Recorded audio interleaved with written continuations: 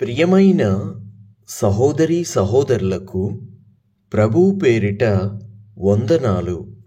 మీకు మీ కుటుంబానికి యేసుక్రీస్తు యొద్ద నుండి దీవెనలు ఆశీర్వాదములు మెండుగా కలుగునుగాక. ఈరోజు యేసుక్రీస్తు యొద్ద నుండి మీకు బంగారు మాట, దేవుని వాగ్దానము. యోహాను సువార్త 3వ అధ్యాయము 34వ వచనము. ఏలయనగా దేవుడు తాను పంపిన వానికి కొలత లేకుండా ఆత్మను అనుగ్రహించును గనుక ఆయన దేవుని మాటలే పలుకును. ఈ వాక్యం వింటున్న నీకు కూడా దేవుడు కొలత లేనంత ఆత్మను ఇచ్చునుగాక. హల్లెలూయా. ఈ యోహాను సువార్తలో ఈ అధ్యాయంలో ఇద్దరు ప్రముఖులు మాట్లాడారు. ఒకరు ప్రభువైన యేసుక్రీస్తు, రెండవ వారు బాప్తిస్మమిచ్చు యోహాను. స్త్రీలు కనిన వారిలో వీరిద్దరికంటే శ్రేష్టమైన వారు ఏ ఒక్కరూ లేరు. యోహాను స్త్రీలు కనిన వారందరికంటే గొప్పవాడు. ఆయన కంటే గొప్పవాడు ప్రభువైన క్రీస్తు. దేవునికి స్తోత్రము కలుగునుగాక. ప్రభువైన యేసుక్రీస్తు అధికారి అయిన నికోదేముతో ఇక్కడ మాట్లాడుతూ ఉన్నాడు. ఏం మాటలు మాట్లాడాడు? అవి ఆత్మ సంబంధమైన మాటలు. అవి లోకానికి అర్థమయ్యేవి కావు. అవి చీకటి సంబంధులు చూడగలిగేవి కావు. అవి వెలుగు సంబంధులు మాత్రమే చూడగలిగేవి, వెలుగు సంబంధులు మాత్రమే చేయగలిగేవి. అదేమిటో ఇదే అధ్యాయము 1వ వచనములో నుండి మిగతా వచనాలలో నుండి ధ్యానం చేసుకుందాము. యూదుల అధికారి అయిన నికోదేమను పరిసయ్యుడు ఒకడుండెను. అతడు రాత్రియందు ఆయన యొద్దకు వచ్చి, బోధకుడా, నీవు దేవుని యొద్ద నుండి వచ్చిన బోధకునవని మేమెరుగుదుము.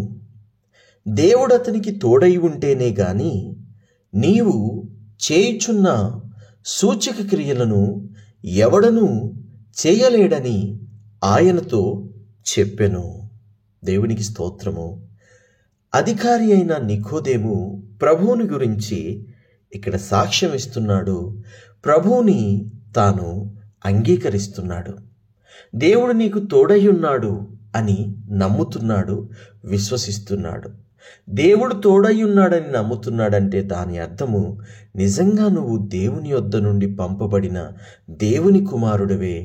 అందుకే దేవుడు నీకు తోడయ్యుండి ఇన్ని గొప్ప కార్యాలు, ఇన్ని సూచక క్రియలు చేయుచున్నాడు అని ఆ యేసయ్యతోనే నికోదేము మాట్లాడుతూ ఉన్నాడు. ఎంత మంచి మనసో!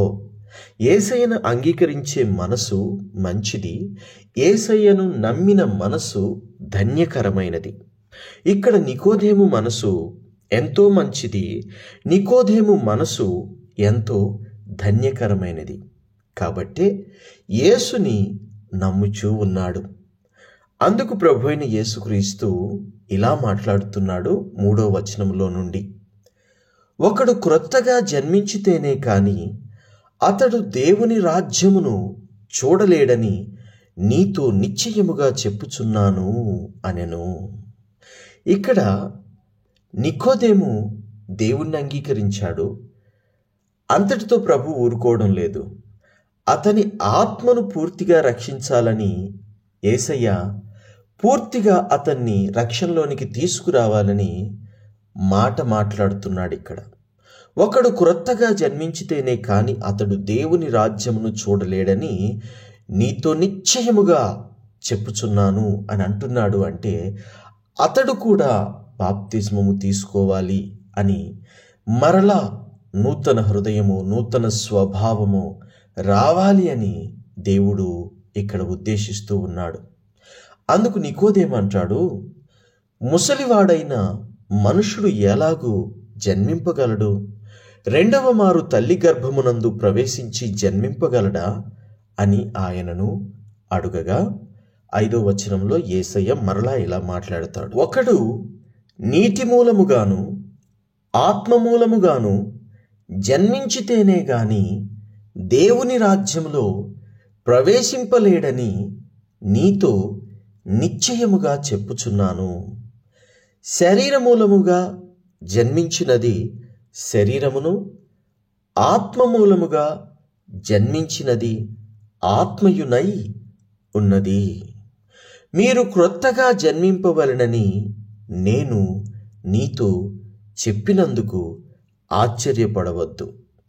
గాలి తనకిష్టమైన చోటును విసరును, నీవు దాని శబ్దమును విందువే గాని అది ఎక్కడ నుండి వచ్చనో ఎక్కడికి పోవునో నీకు తెలియదు.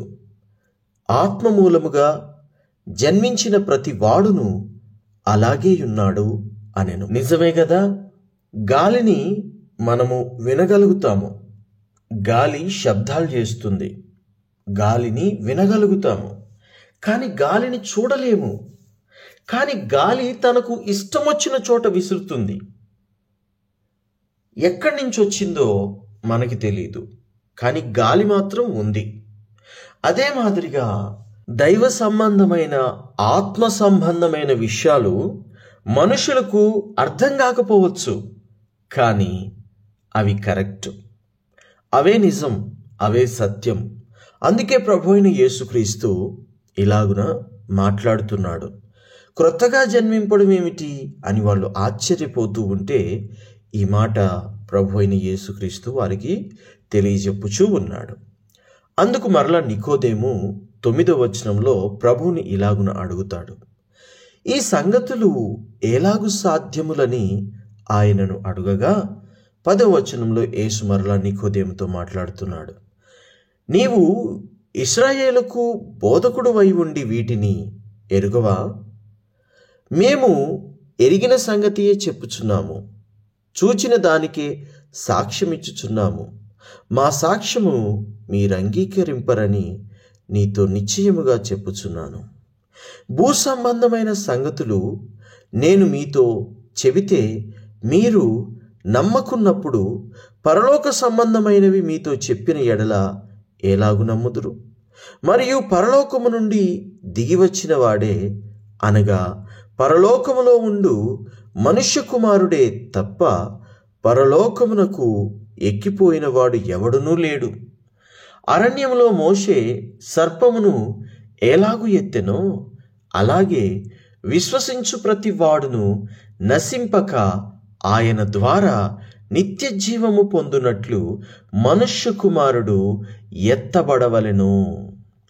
దేవుడు లోకమును ఎంతో ప్రేమించెను, కాగా ఆయన తన అద్వితీయ కుమారునిగా పుట్టిన వాని యందు విశ్వాసముంచు ప్రతి వాడును నశింపక నిత్య జీవము పొందునట్లు ఆయనను అనుగ్రహించెను. లోకము తన కుమారుని ద్వారా రక్షణ పొందుటకే గాని లోకమునకు తీర్పు తీర్చుటకు దేవుడు ఆయనను లోకములోనికి పంపలేదు. ఆయన యందు విశ్వాసముంచు వానికి తీర్పు తీర్చబడదు. విశ్వసింపని వాడు దేవుని అద్వితీయ కుమారుని నామమందు విశ్వాసముంచలేదు గనుక వానికి ఇంతకు మునుపే తీర్పు తీర్చబడి ఉండెను. ఆ తీర్పు ఇదే: వెలుగు లోకములోనికి వచ్చెను గాని తమ క్రియలు చెడ్డవైనందున మనుష్యులు వెలుగును గ్రహింపక చీకటినే ప్రేమించి కార్యము చేయు ప్రతి వాడు వెలుగును ద్వేషించును, తన క్రియలు దుష్క్రియలుగా కనబడకుండునట్లు వెలుగునొద్దకు రాడు. సత్యవర్తనుడైతే తన క్రియలు దేవుని మూలముగా చేయబడి ఉన్నవని ప్రత్యక్షపరచబడినట్లు వెలుగునొద్దకు వచ్చును. ఎవరొస్తారు దేవుని దగ్గరికి? సత్యవర్తనులు మాత్రమే రాగలుగుతారు. సత్యాన్ని ప్రేమించేవారు, సత్యము జరిగించాలని ఇష్టపడేవారు, మంచి పనులు, వెలుగు క్రియలు చేసేవారే రాగలుగుతారు, దేవుణ్ణి అంగీకరించగలుగుతారు. మరి ఎవరు రాలేరు? దుష్కార్యములు, చెడ్డ పనులు చేసేవాడు దేవుని దగ్గరికి రాలేడు. ఈరోజు చాలామందికి మనం సువార్త చెప్తున్నాం, దేవుని యొద్దకు రమ్మంటున్నాం, కానీ వారు రాకపోవడానికి గల కారణం ఏమిటంటే దుష్క్రియలు. ఒకరు దేవుని యొద్దకు రావట్లేదు అంటే దాని అర్థం ఏమిటంటే వారు దుష్క్రియలను ఇంకా ప్రేమించుచున్నారు. అందుకే దేవుని యొద్దకు రాలేకపోతున్నారు. మరి రావట్లేదు కదా అని చెప్పి మనం వారిని వదిలేద్దామా? లేదు, వారిని ప్రేమించి వారి కొరకు ప్రార్థన చేద్దాము. ప్రభువు వారిని సంపూర్ణమైన రక్షణలోనికి నడిపించున్నట్లు దేవుణ్ణి వేడుకుందాం. అవును అన్నవారు నాతో పాటు ఈ ప్రార్థనలో ఏకీభవించండి. ప్రార్థన. తండ్రి, మీకు వందనాలు. దేవా, మీకు స్తుతులు, స్తోత్రాలు. అయ్యా, ఎవరెవరైతే చీకటిలో జీవిస్తున్నారో వారందరూ వెలుగును చూచున్నట్లు తండ్రి నీ యొద్దకు వచ్చులాగున వారికి సహాయం చెయ్యండి. వెలుగు యొద్దకు వచ్చిన మేము వెలుగు సంబంధులుగా ఉంటూ ఈ లోకమును వెలిగించుటకు, ఈ లోకము కొరకు మోకరించి కన్నీరు కార్చి ప్రార్థించుటకు మీరు మమ్ములను ఏర్పరచుకున్నారని నమ్ముతూ విశ్వసిస్తూ ప్రార్థించే మనసు, ప్రార్థన ఆత్మ మాకు దయచేయమని యేసు నామములో ప్రార్థించుచున్నాము తండ్రి. ఆమేన్, ఆమేన్, ఆమేన్.